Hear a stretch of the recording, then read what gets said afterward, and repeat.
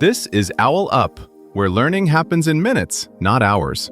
For a deeper journey, explore all our courses at owlup.co. Now, let's dive in.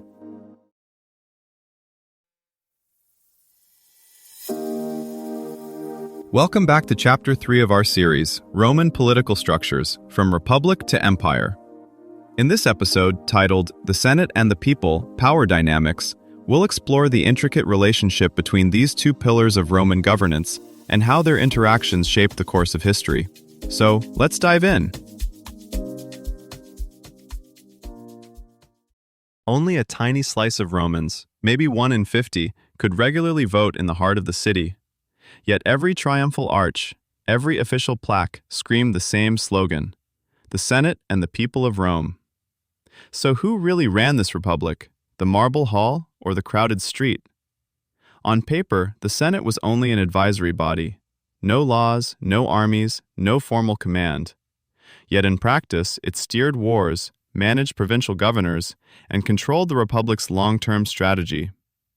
Meanwhile, the people spoke through assemblies that were noisy, occasional, and physically hard to attend, and through tribunes who could freeze decisions inside the city limits but not march alongside legions abroad. The result wasn't a neat hierarchy, but a shifting balance. Prestige, networks, and experience often outweighed headcounts. Think less mob versus aristocrats, and more like two rival engineering teams sharing the same blueprint, constantly revising who gets to hold the pen. As crises mounted, wars, debts, land disputes, that shared blueprint began to tear at the seams, exposing how fragile this partnership really was.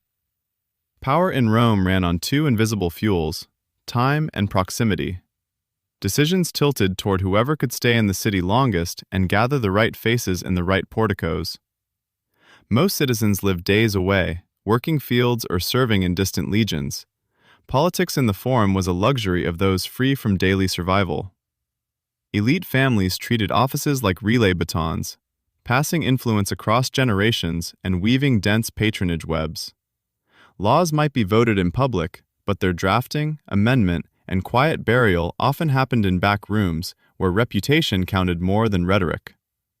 Over centuries, that habit hardened into expectation, and then entitlement. At the heart of this system sat an awkward fact: neither side could actually govern alone. Magistrates convened the assemblies, but those same office holders had usually risen through careers funded, endorsed, and coached by leading senators. The crowd could roar approval or outrage, yet the menu of choices placed before them reflected earlier deals made in quieter spaces. Power hinged less on who, in theory, was supreme, and more on who could frame the options at the decisive moment. This is where Rome's unwritten rules mattered.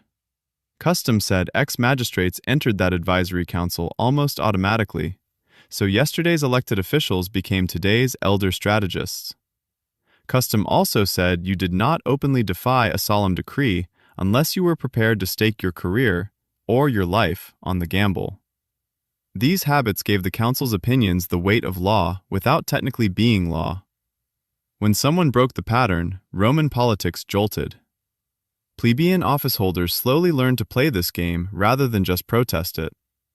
Once poor citizens gained access to higher magistracies, they carried their own allies into that advisory chamber.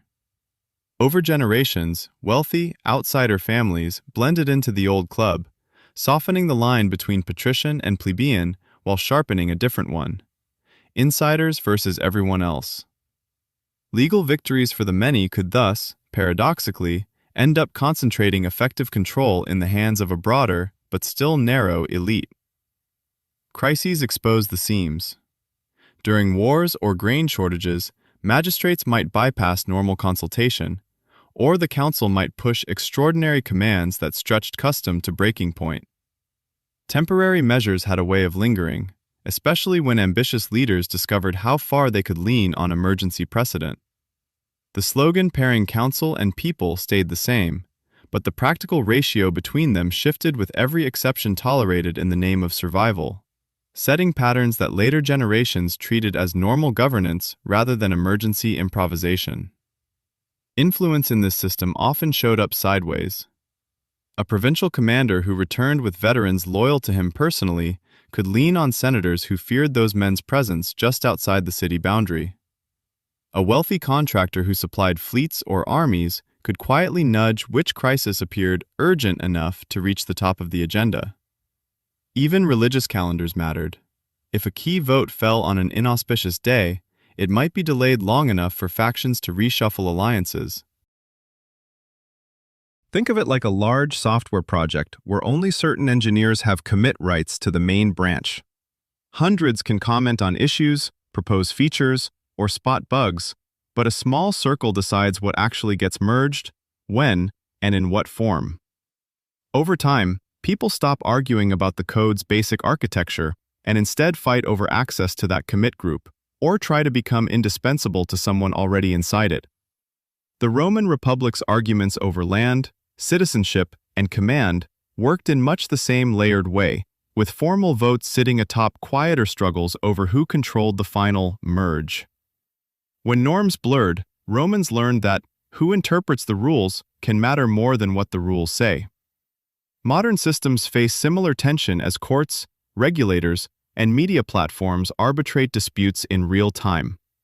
Algorithmic feeds, for instance, quietly rank which voices seem urgent, respectable, or fringe. Your constitution might be written, but its daily meaning is negotiated in those hidden filters, shaping which crises feel real enough to demand collective action. In that light, SPQR reads less like a boast and more like a negotiated truce, renewed crisis by crisis. The real drama lay between text and practice. Who could stretch custom without snapping it? Your own institutions work the same way. Their rules are more like scaffolding around a shifting building, adjusted whenever pressure tests a weak joint. Try this experiment. Pick one current issue the U.S. Senate is debating, like voting rights, budget negotiations, or a Supreme Court confirmation, and spend 20 minutes comparing how a senator from a low population state, for example Wyoming, and a high population state, for example California, talk about it on their official websites or X feeds.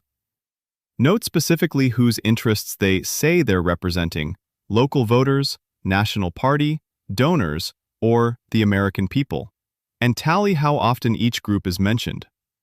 Then email or call the office of your senator and ask one pointed question about how they balance state interests with national ones on that same issue, and note how their staff frames the answer. Over the next week, watch any headlines about that issue and see if their actual vote or public statements match the priorities they claim to you. This was OwlUp, your daily step forward. To keep learning with structured courses and more insights, go to owlup.co. Until tomorrow!